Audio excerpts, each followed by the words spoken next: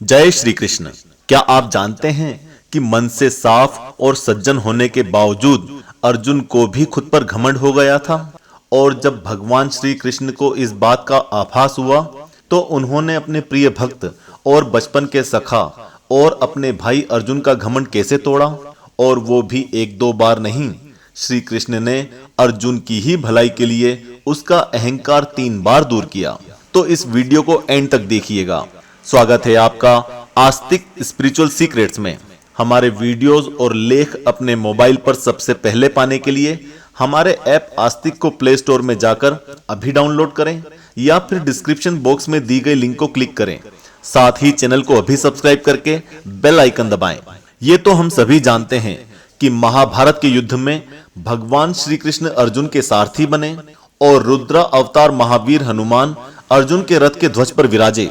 लेकिन ऐसा क्यों हुआ, उसके पीछे भी एक प्रसंग है। आगे बढ़ने से पहले वो प्रसंग जान लेते हैं। आनंद रामायण में वर्णन है कि एक बार अर्जुन का हनुमान जी से मिलना होता है। अर्जुन घमंड से हनुमान जी को कहता है कि मैं आपके समय होता तो पत्थर का राम सेतु बनवाने के बजाय अकेले ही अपने धनुष से ही मजबूत सेतु बना देता। आपके प्रभु श्री राम ने ऐसा क्यों नहीं किया? क्या वे सक्षम नहीं थे? इस पर हनुमान जी ने कहा, वहां बाणों का सेतु कोई काम नहीं कर पाता। हमारा यदि एक भी वानर चढ़ता तो बाणों का सेतु छिन्न भिन्न हो जाता। अर्जुन ने कहा, नहीं, देखो ये सामने सरोवर है, मैं उस पर बाणों का एक सेतु बनाता हूं। आप उस पर चढ़कर सरोवर को आसानी से पार कर लेंगे। यदि आपके चलने से सेतु टूट जाएगा तो मैं अग्नि में प्रवेश कर जाऊंगा, और यदि नहीं टूटता है तो आपको अग्नि में प्रवेश करना पड़ेगा। हनुमान जी ने कहा, मुझे स्वीकार है, ये सेतु मेरे 3 कदम ही झेल गया तो मैं हार स्वीकार कर लूंगा।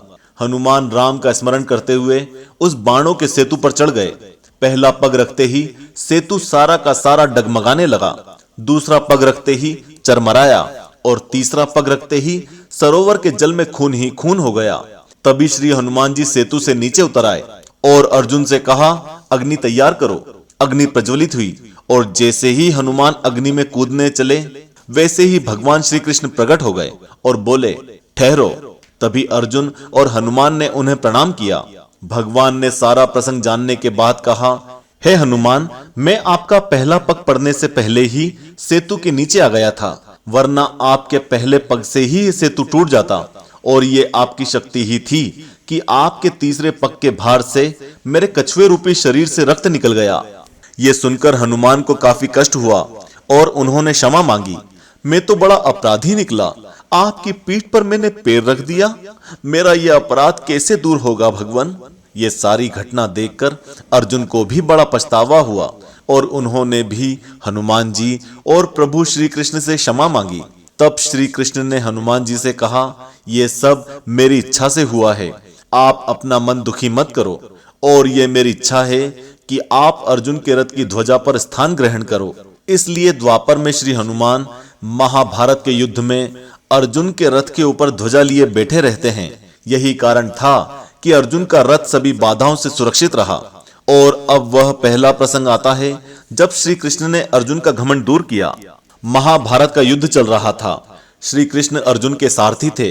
अब जैसे ही अर्जुन का बाण छूटता, कर्ण का रथ बड़ी दूर तक पीछे चला जाता, और जब कर्ण का बाण छूटता तो अर्जुन का रथ कुछ एक कदम पीछे चला जाता।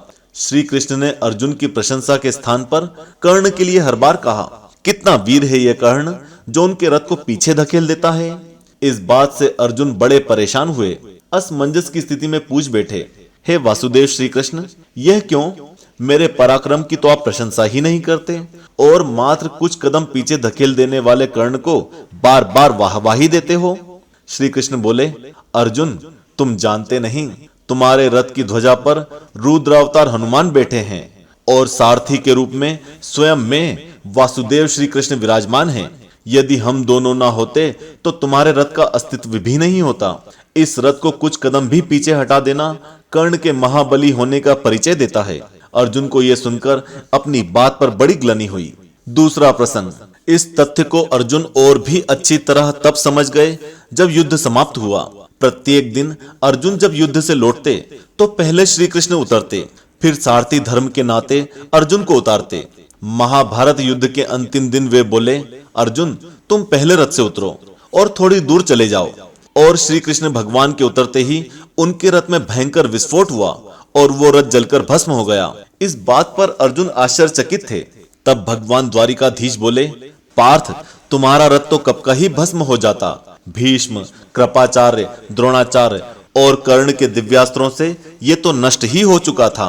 वो तो मेरा ही संकल्प था जिसने इस रथ को संभाले रखा। तब अपनी श्रेष्ठता के मद में चूर अर्जुन का अभिमान चूर चूर हो गया था। अपना सर्वस्व त्याग कर वो प्रभु के चरणों में नतमस्तक हो गया। अभिमान का व्यर्थ बोझ उतारकर वो हल्का महसूस कर रहा था। गीता सुनने के बाद इससे बढ़कर और क्या उपदेश हो सकता था कि सब कुछ तो भगवान का ही किया हुआ है, हम तो निमित्त मात्र हैं। काश हमारे अंदर का अर्जुन इस बात को समझ पाता। घमंड जीवन में कष्ट ही देता है, इसलिए अभिमान छोड़ो।